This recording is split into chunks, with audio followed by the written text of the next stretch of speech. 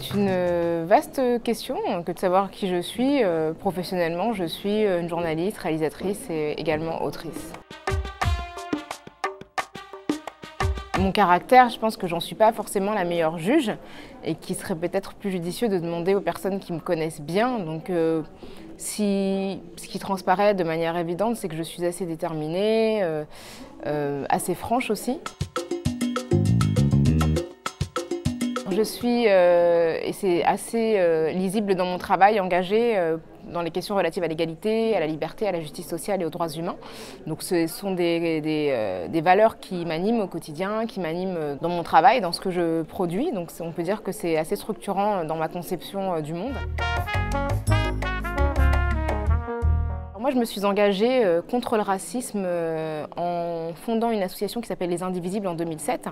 Donc quand je dis contre le racisme, ce n'est pas le racisme qui vise particulièrement une communauté ou un groupe, c'est vraiment le racisme qui vise quiconque, à savoir les Asiatiques, les personnes d'origine maghrébine, les Roms et effectivement les personnes noires. Il se trouve que, étant moi-même noire, j'ai une sensibilité particulière à cette question puisque les formes de racisme, bien qu'elles ont pour la plupart une origine coloniale, elles ont une implication différente. Donc je ne pourrais pas vraiment définir en un terme mon implication parce que c'est plutôt une sensibilité et un travail que j'ai pu faire à travers des documentaires, notamment j'ai fait un documentaire sur les violences policières, où les violences policières, les personnes qui sont le plus frappées en France sont les personnes d'origine maghrébine, mais aussi les personnes noires. Mais si on fait le parallèle avec les États-Unis, les personnes qui sont le plus exposées sont les personnes qui sont des Afro-Américains ou même des Africains parfois, qui ne sont pas américains.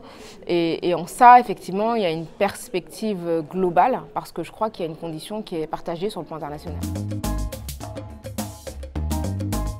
J'ai lu à la fin des années 90 un livre qui s'appelait Leto, qui était écrit par Aminata Traoré, qui a été ministre de la Culture au Mali, qui est une psychosociologue et qui parlait en fait de cette dette entre guillemets qui incombait aux pays africains et qu'ils ne cessaient de rembourser, alors même qu'on avait mis en place un rapport de force qui ne leur permettait pas d'honorer cette dette et qu'en réalité cette dette n'était pas juste. Après, sur le plan local, c'est-à-dire en France, il y a eu deux événements. Le premier, c'est en 2004, tous les débats qui ont précédé la loi sur l'interdiction des signes religieux à l'école, mais qui en vérité étaient des débats qui ne concernaient que le port du foulard et les femmes, les jeunes filles en l'occurrence, puisqu'il s'agissait d'adolescentes musulmanes.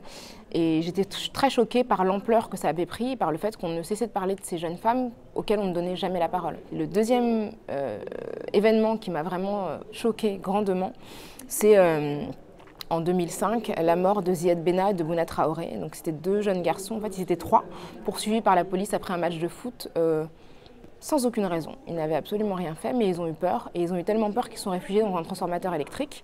Deux d'entre eux sont morts, Ziad Benna et Bouna Traoré, et un troisième a survécu, Mouhitine Atoun, mais il a été sévèrement, très grièvement blessé psychologiquement et physiquement. Et ce qui m'a choqué, c'est le traitement médiatique. Il s'agissait de deux garçons qui avaient 15 et 17 ans, des adolescents, et on a parlé d'eux comme de délinquants, alors même que c'était des enfants qui avaient peur. Et évidemment, je me suis identifiée parce que Bouna Traoré d'origine malienne, Ziad Benna d'origine tunisienne, Mouhitine Atoun d'origine turque, des enfants de l'immigration, une fois de plus stigmatisés et morts parce que pas blancs. J'aime pas trop être qualifiée de militante. Non pas parce que c'est une fonction que j'estime dégradante, mais parce que c'est pas un métier. Mon emploi, c'est d'être journaliste, d'être réalisatrice et parfois de donner des conférences. Et c'est ma profession. Et le fait de déprofessionnaliser mon travail, c'est une manière de l'invalider et de faire croire qu'il ne s'agit que d'une forme d'émotion. D'émotions qui ne seraient pas le fruit d'une réflexion. Donc moi, je reconnais que je suis engagée, que j'ai pu avoir des engagements militants, mais le qualificatif de militant ne peut pas réduire mon travail. J'écris des films, j'écris des chroniques, j'écris des livres, j'écris des textes pour des conférences, donc moi j'arrive à le conjuguer de manière assez simple. Parmi les Noirs de France, il y a des histoires très diverses.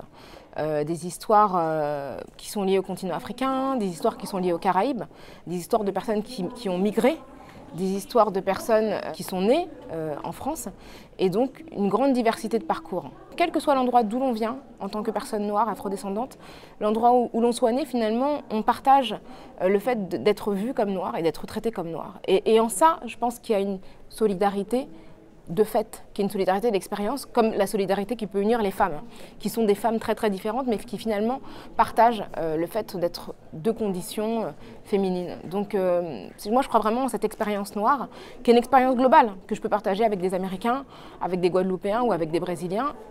Et malgré le fait que nous ne parlions pas nécessairement la même langue et que nous ne soyons pas forcément citoyens du même pays. Tous les combats que j'engage sont des combats aussi pour l'estime de soi. Donc j'ai décidé d'écrire dans cette collection de développement personnel autour de l'estime de soi.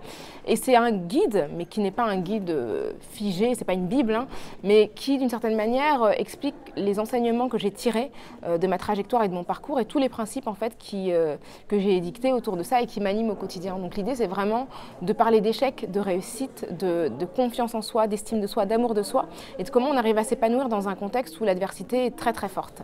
Donc ne reste pas à ta place, c'est une manière de dire qu'on n'est pas obligé de, même si c'est difficile, hein, je vais pas le nier, de rester à l'endroit que la société avait prévu pour nous et que parfois on peut s'affranchir de certaines pesanteurs pour exister par soi-même et s'affirmer en tant qu'individu à part entière.